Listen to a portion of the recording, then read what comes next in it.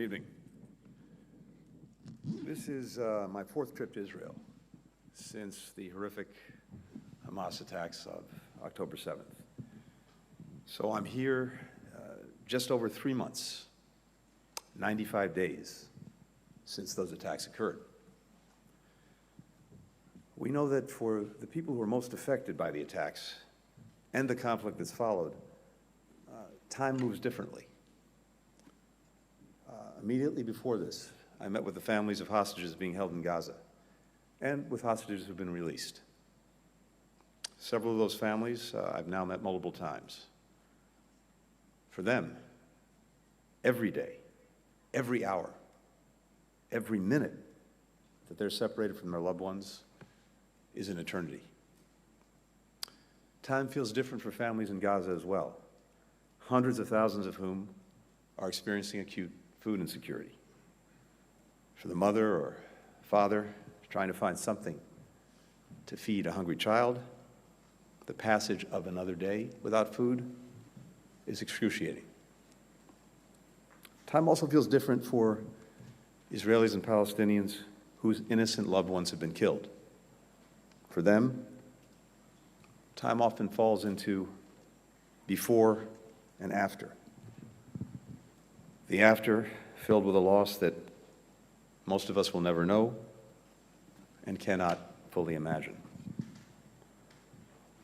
And those are just a few examples of how heavy these 95 days have felt and continue to feel for the people most affected by this conflict. This immense human toll is one of the many reasons that we continue to stand with Israel in ensuring that October 7th can never happen again. It's also why we're intensely focused on bringing the remaining hostages home, addressing the humanitarian crisis, and strengthening protection for civilians in Gaza, and preventing the conflict from spreading. And it's the reason we're working urgently to forge a path toward lasting peace and security in this region. We believe the submission against Israel to the International Court of Justice distracts the world from all of these important efforts. And moreover, the charge of genocide is meritless. It's particularly galling, given that those who are attacking Israel, Hamas, Hezbollah, the Houthis, as well as their supporter Iran, continue to openly call for the annihilation of Israel and the mass murder of Jews. On this trip, I came to Israel after meeting with the leaders of Turkey, Greece, Jordan, Qatar, the United Arab Emirates, Saudi Arabia. All of those leaders share our concern about the spread of the conflict. All of them are committed to using their influence, using the ties that they have to prevent it from escalating, to deter new from opening. In addition, all express grave concern about the dire humanitarian situation and the number of civilians killed in Gaza. We know that facing an enemy that embeds itself among civilians, who hides in and fires from schools, from hospitals, makes this incredibly challenging. But the daily toll on civilians in Gaza, particularly on children, is far too high. Important progress has been made in increasing the amount of aid getting into Gaza, including by opening Kerem Shalom. Nonetheless, 90% of Gaza's population continues to face acute food insecurity, according to the United Nations. For children, the effects of long periods without sufficient food can have lifelong consequences. As I underscored in our meetings today, more food, water, more medicine, other essential goods need to get into Gaza, and then once they're in Gaza, they need to get more effectively to the people who need them. And Israel needs to do everything it can to remove any obstacles from crossings to other parts of Gaza, improving deconfliction procedures to ensure that the aid can move safely and securely is a critical part of that. The United Nations is playing an indispensable role in addressing the immense humanitarian needs in Gaza. There is simply no alternative. UN personnel and other aid workers in Gaza are demonstrating extraordinary courage by continuing to provide life-saving services in what are extremely challenging conditions. I spoke last night with the UN's new senior humanitarian and Reconstruction Coordinator for Gaza, Sigrid Kaag, about all of these efforts that are underway. Now, Sigrid Kaag is someone I worked very closely with a few years ago when she led the UN mission that destroyed the Assad regime's chemical weapons in Syria. So I can say from experience, she has what it takes to get this job done. She has America's full support. She must have Israel's as well. Today, we also discussed the phased transition of Israel's military campaign in Gaza. We continue to offer our best advice for how Israel can achieve its essential goal of ensuring that October 7th can never be repeated. And we believe Israel has achieved significant progress toward this fundamental objective. As Israel's campaign moves to a lower intensity phase in northern Gaza, and as the IDF scales down its forces there, we agreed today on a plan for the UN to carry out an assessment mission. It will determine what needs to be done to allow displaced Palestinians to return safely to homes in the north. Now, this is not going to happen overnight. There are serious security, infrastructure, and humanitarian challenges. But the mission will start a process that evaluates these obstacles and how they can be overcome. In today's meetings, I was also crystal clear. Palestinian civilians must be able to return home as soon as conditions allow. They must not be pressed to leave Gaza. As I told the Prime Minister, the United States unequivocally rejects any proposals advocating for the resettlement of Palestinians outside of Gaza. And the Prime Minister reaffirmed to me today that this is not the policy of Israel's government. We also spoke about the tensions on Israel's northern border with Lebanon, where Hezbollah continues to launch daily rocket attacks on Israel. As I told the War Cabinet and other senior officials, the United States stands with Israel in ensuring its northern border is secure. We're fully committed to working with Israel to find a diplomatic solution that avoids escalation and allows families to return to their homes, to live securely in northern Israel and also in southern Lebanon. Finally, we continue to discuss how to build a more durable peace and security for Israel within the region. As I told the Prime Minister, every partner that I met on this trip said that they're ready to support a lasting solution that ends the long-running cycle of violence and ensures Israel's security. But they underscored that this can only come through a regional approach that includes a pathway to a Palestinian state. These goals are attainable, but only if they're pursued together. This crisis has clarified you can't have one without the other, and you can't achieve either goal without an integrated regional approach. To make this possible, Israel must be a partner to Palestinian leaders who are willing to lead their people in living side by side in peace with Israel as neighbors. And Israel must stop taking steps that undercut Palestinians' ability to govern themselves effectively. Extremist settler violence carried out with impunity, settlement expansion, demolitions, evictions, all make it harder, not easier, for Israel to achieve lasting peace and security. The Palestinian Authority also has a responsibility to reform itself, to improve its governance, issues I plan to raise with President Abbas, among others, when we meet tomorrow. If Israel wants its Arab neighbors to make the tough decisions necessary to help ensure its lasting security, Israeli leaders will have to make hard decisions themselves. When President Biden addressed the people of Israel days after the October 7th attack, he made a very simple pledge. The United States has Israel's back today, tomorrow, always. The friendship between our nations is truly exceptional. It's our unique bond and America's enduring commitment to the people of Israel that allows, indeed demands, that we're as forthright as possible in the moments when the stakes are highest, when the choices matter the most. This is one of those moments. Happy to take some questions. The first question goes to Simon Lewis with Reuters.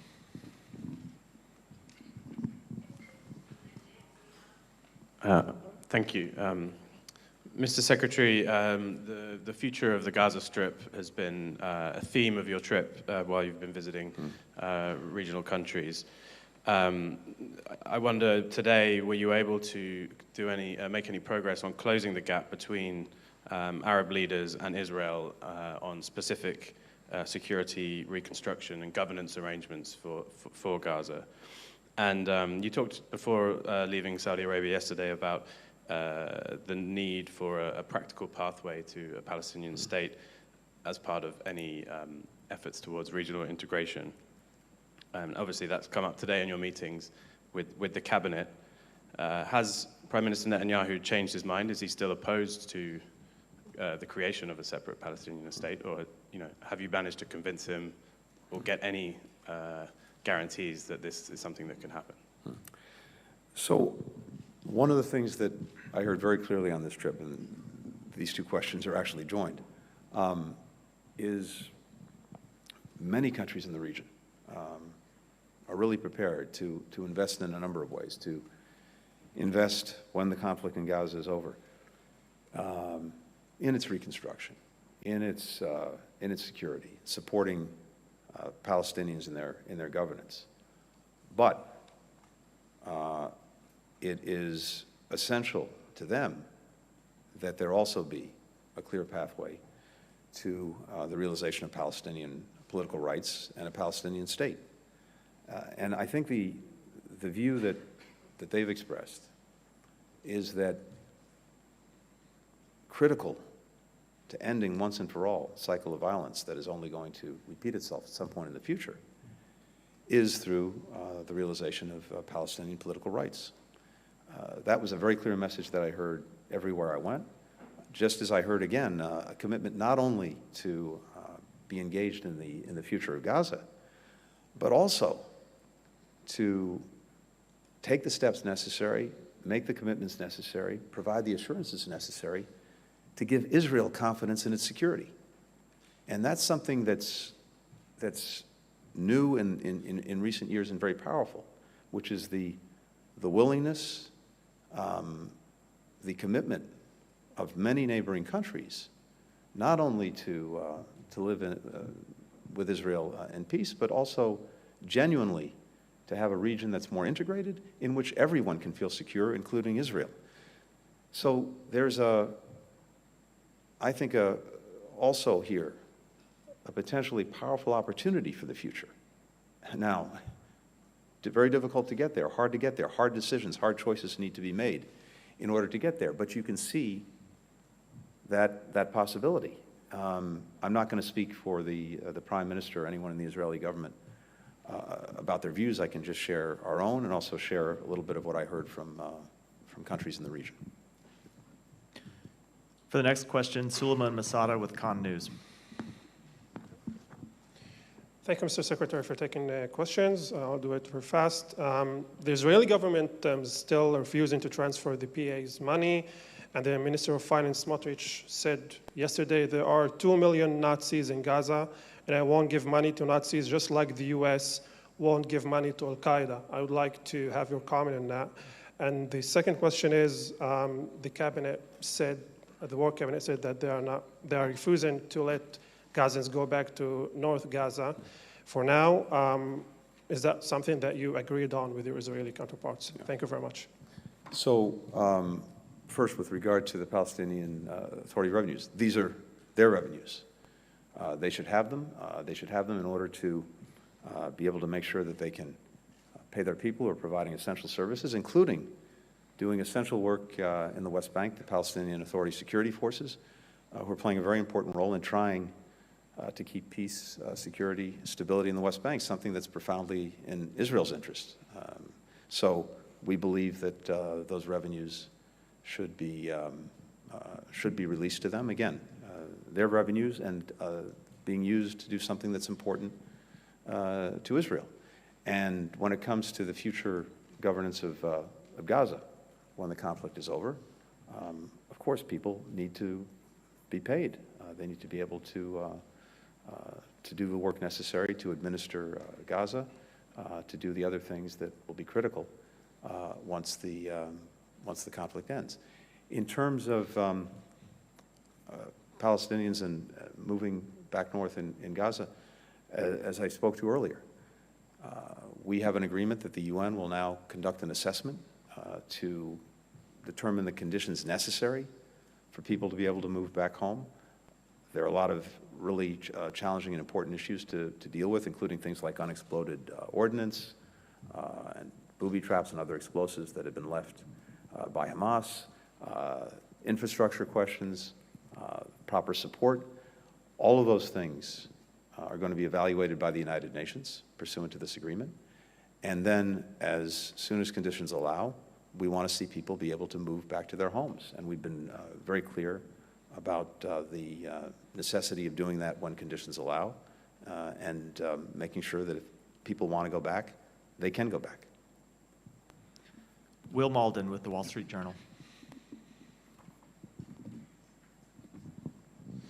Thank you so much. I just wanted to ask about, we've heard some voices among Israeli political leaders talking about the threat of Iran in the region, and of course, its proxies, Hezbollah and the Houthis, have been active in and around this conflict.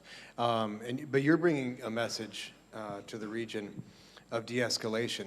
Was your message of de-escalation heard and agreed with when you spoke to your Israeli counterparts and political leaders today? Or, you know, we certainly haven't seen that. In the last few days, there have been strikes on Hezbollah that would appear to be an escalation. Do you support that? And is the U.S. and its partners, are they prepared to take a strike against the Houthis because of their continued action in and around the Red Sea? Thank you. Thanks, Will. One thing that we've heard clearly every place we've gone, including in Israel, is that escalation is in no one's interest. No one's seeking it. No one wants to see other fronts opened in this conflict. And more than that, as I've already shared, we have countries around the region that are using their relationships, using their influence to try to make sure that that doesn't happen. We had extensive discussions about that today, as we had on other days of this trip. And here we focused particularly on the situation in northern Israel. And it's very clear to me from these conversations a few things. First, we strongly support the proposition that Israelis need to know security so that they can return to their homes in northern Israel. 80,000 or so Israelis have been forced from their homes because of insecurity coming from southern Lebanon, the rocket attacks, other threats posed by Hezbollah. Equally, we believe, and the government of Israel believes, that a diplomatic path is the best way to achieve that security. And that's exactly what we'll continue to pursue. That's what the government said today, and that's what we're focused on. More broadly, we have, you're right, a number of actions being taken by the Houthis, by other Iranian proxies in Iraq, in Syria, that threaten stability and threaten the potential for conflict. And we're determined, again, that we not see escalation, that we don't have the conflict spread, and we've made that very clear. But of course, if our personnel, if our forces are threatened or attacked, we'll take appropriate steps. We'll respond. We'll protect them. We've demonstrated that in the recent past, and we will again if we have to. We talked already about the threat that the Houthis are posing. That's a threat not to us, just to us or to Israel. It's a threat to the entire international community because they've been attacking shipping through the Red Sea that's vital to providing, it provides about 15% of global commerce every day. These attacks have had very, very negative effects for countries around the world in terms of forcing ships to route around the Red Sea, take longer routes, more expensive, more time, insurance rates goes up, prices for food, for medicine, for energy, for whatever's being shipped are going up. And more broadly, it's a threat to the principle of freedom of navigation that every country has a stake in. That's why more than 40 countries joined us in condemning the Houthi actions. That's why other countries have joined us in making clear that if this continues, there are going to be consequences.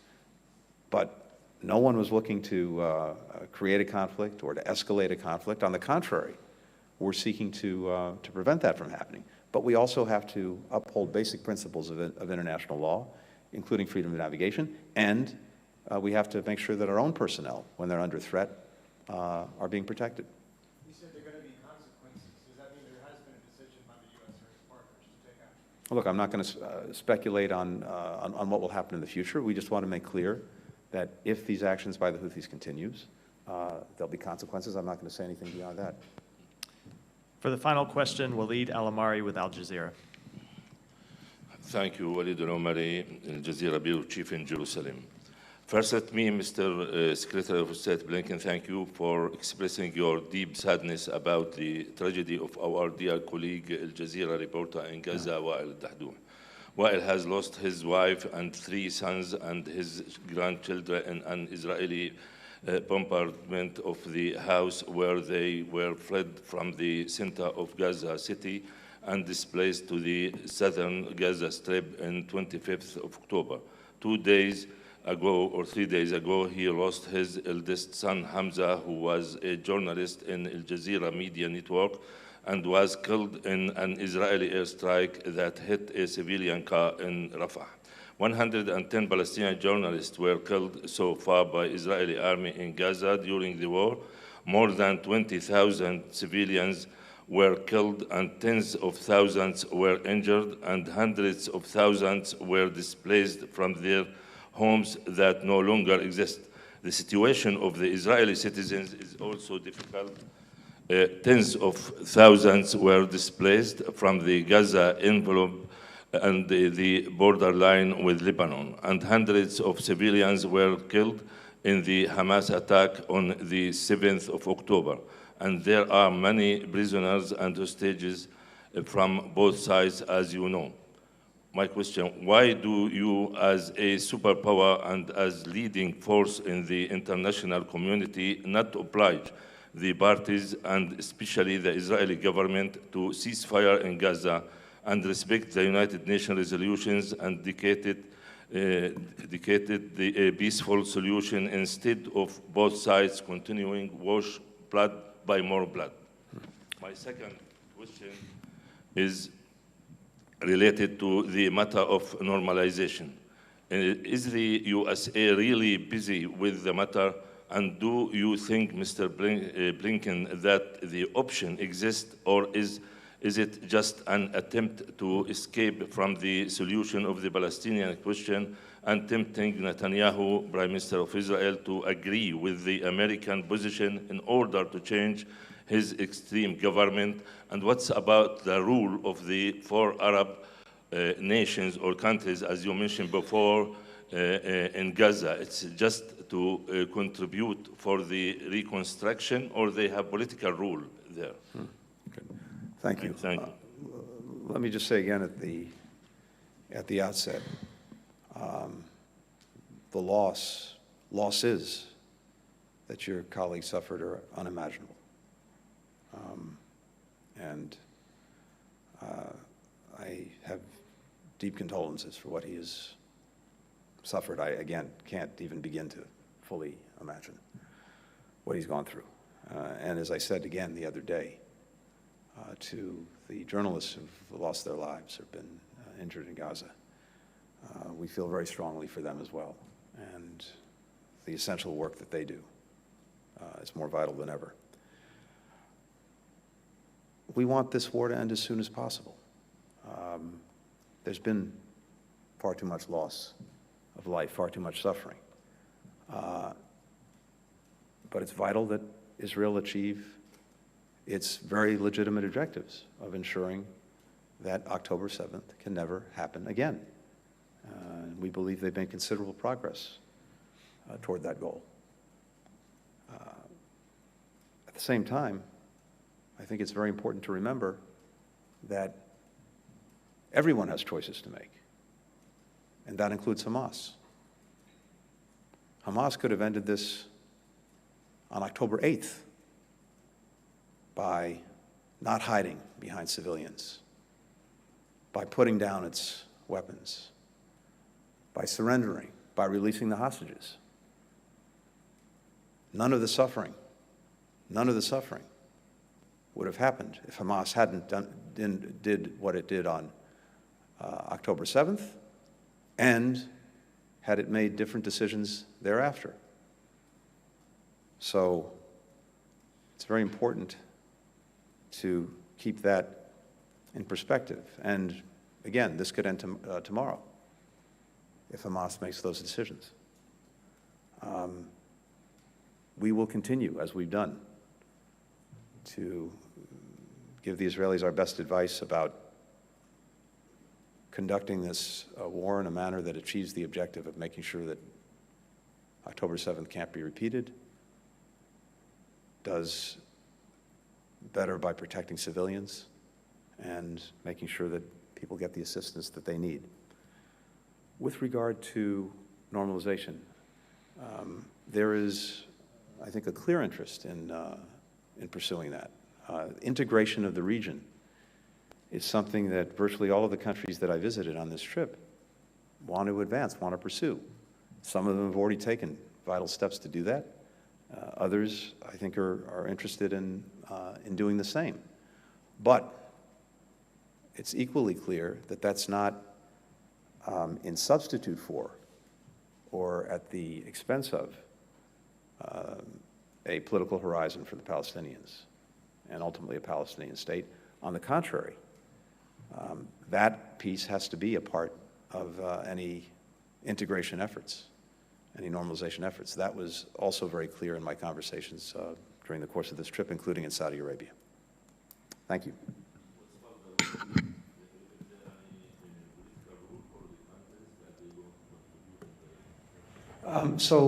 Again, I think these things are somewhat joined. It's clear that, as I mentioned before, most of the countries I visited are really prepared to, I think, support Gaza in the future, to support all the efforts that are necessary, and to support Palestinian-led governance for Gaza. But it's also vitally important to them that there be a pathway forward for the Palestinians in terms of their overall political rights and a very clear political horizon. We and they support Palestinian governance that's joined of Gaza and the West Bank, and a pathway to a state. That's, again, very clear from everyone I talked to in the region. Thank you.